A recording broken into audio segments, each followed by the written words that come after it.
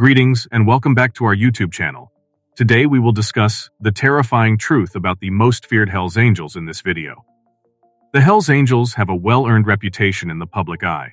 Sonny Barger, the notorious and feared Hells Angels leader, was a hypocrite who placed more value on his motorcycle mystique than on actual threat. Barger's former heir, apparent George Christie, exposes his former boss as a snitch, a wife-beater, and a fraud in his new book, Exile on Front Street, My Life as a Hells Angel and Beyond. Consider the initial two accusations. After assaulting his wife Noel and her daughter Sarah, 14, in a domestic violence incident, Barger called the police. Christie claims that after Noel discovered Barger on a motorcycle with another woman, Barger became enraged and attempted to run Noel off the road. Barger then made a 911 call, alerting officers about a pistol in Noel's vehicle. Christie snarls, "An outlaw didn't dial those 3 numbers. It's the same as testifying." Sonny had been the poster child for the tough, untamed criminal. But residing with a whistleblower, beating a girl, 14 is it? Do you dial 911? Those weren't the kinds of things a Hells Angel did. At the following West Coast Officers Conference, Christie presented the 911 transcript and a newspaper piece that gave a stunning description of Barger in what can only be described as a nervous breakdown.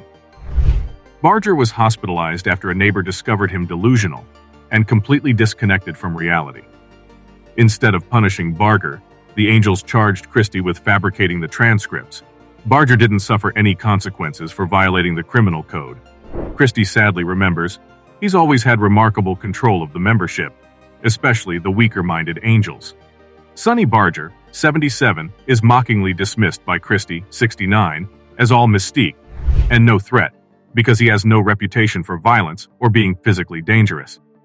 In the heyday when the gang was the most feared tribe on the road, Barger was the ferocious face of the Angels. Maybe in the entire globe. After Barger established the Oakland chapter in 1958, Christie, the president of the Ventura, California chapter, elevated himself in the ranks of the Angels by quelling the fear that Barger had sparked. After Barger lost his voice to throat cancer in 1982, Christie, a former Marine who joined the Full Patch Group in 1976, took the stage with a reassuring message. The club, he adds, wanted to be framed as a group of good guys who held freedom dear and just wanted to live life their way. He insisted repeatedly that the Hells Angels love America more than anyone else. In the summer of 1984, Christie participated in the relay of the Olympic torch through Los Angeles in a fantastic PR effort. No news organization could resist covering the tale. The Angels were major methamphetamine suppliers, according to federal agents in the 1980s, but the organization kept the activity under wraps by passing sales via its extensive network of cronies. Christie reaped the rewards of being a statesman in 1987. He walked away from a charge of soliciting murder while California jails were overflowing with Angels who had been found guilty. The FBI offered to assassinate a Ventura chapter member who had tipped off the authorities through informant Michael Mulhern, a high-ranking member of the Mexican mafia. Christie was also caught on camera instructing Mulhern to kill the man himself, according to the prosecution.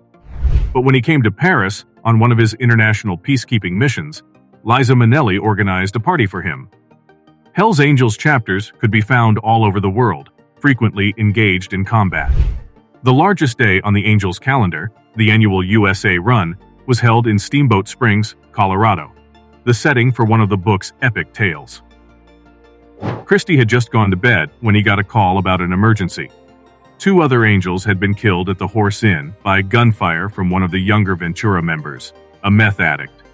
When he arrived, the police had set up a show of force around the bar. There were at least 100 stoned, inebriated, and highly armed irate Angels inside. In conclusion, the Hells Angels are a complicated and contentious group with a history of brutal violence and illegal behavior. Even though its members may believe they are a close-knit organization of motorcycle enthusiasts, they are engaged in a variety of illicit actions that have harmed numerous people and communities. It's becoming increasingly apparent that the Hells Angels are a major player in the world of organized crime as we learn more about them and their operations.